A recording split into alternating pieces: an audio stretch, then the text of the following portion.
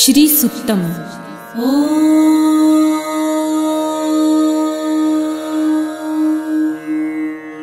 हिरण्यवर्णां हरिणीं सुवर्णरजतस्रजां चन्द्रां हिरण्मयीं लक्ष्मीं जातवेदो महावः ताम आवह जातवेदो लक्ष्मीमनपगामिनीं यस्यां हिरण्यं विन्देयं गामश्वं पुरुषानहम् अश्वपूर्वां रथमध्यां हस्तिनादप्रबोधिनीं श्रियं देवीमुपह्वये श्रीर्मा देवी जुषतां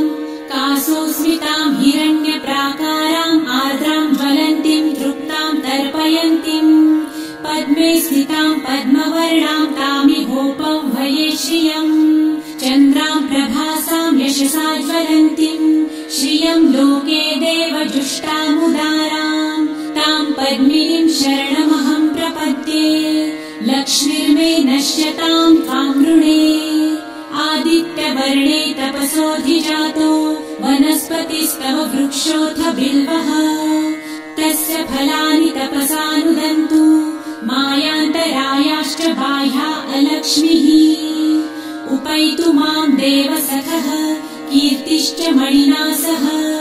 प्रादुर्भूतो सुराष्ट्रेऽस्मिन् कीर्तिमृद्धिं ददातु मे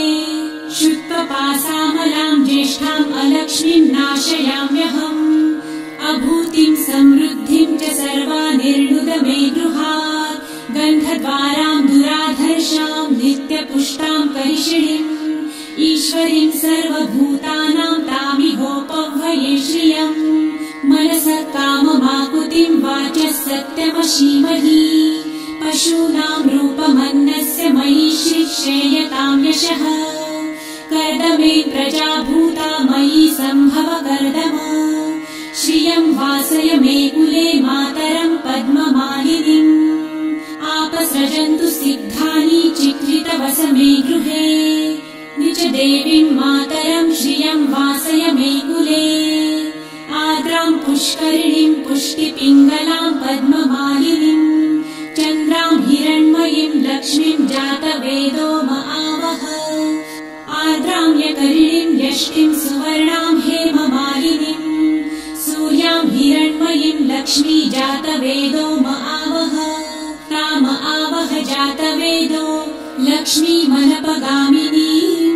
यस्यां हिरण्यं प्रभुतं गावो दासोऽश्वान् विन्देयं पुरुषानहम्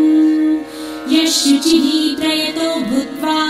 जिहुयादाजमन्वहम् सूक्तं पञ्चदशर्च च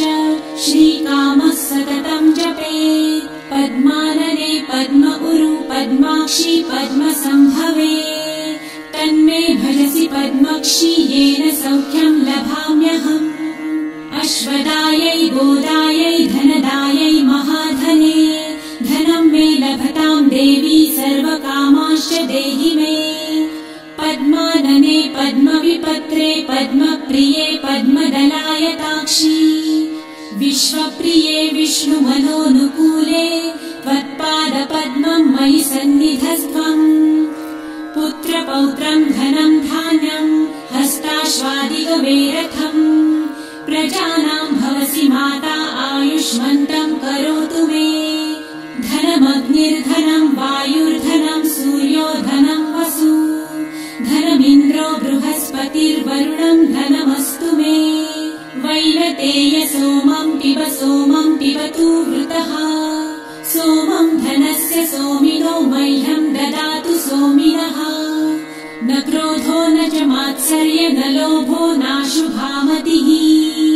भवन्ति कृतपुण्यानां भक्तानां श्रीसूक्तं जपेत् सरसिजनिलये सरोजहस्ते धवलतरां सुखगन्धमाल्यशोभे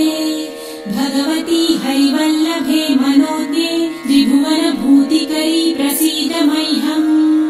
विष्णुपत्नीं क्षमां देवी माधवी माधवप्रियां लक्ष्मीं प्रियसखीं देवीं नमाम्यच्युतवल्लभां महालक्ष्मीं च विद्महे विष्णुपत्नी च धीमहि तन्नो लक्ष्मी प्रचोदयात् श्रीवर्चस्वमायुष्यमारोग्यमाविधाचोभमानं महीयते। धनं पशुं बहुपुत्रलाभं शतसंवत्सरं दीर्घमायुः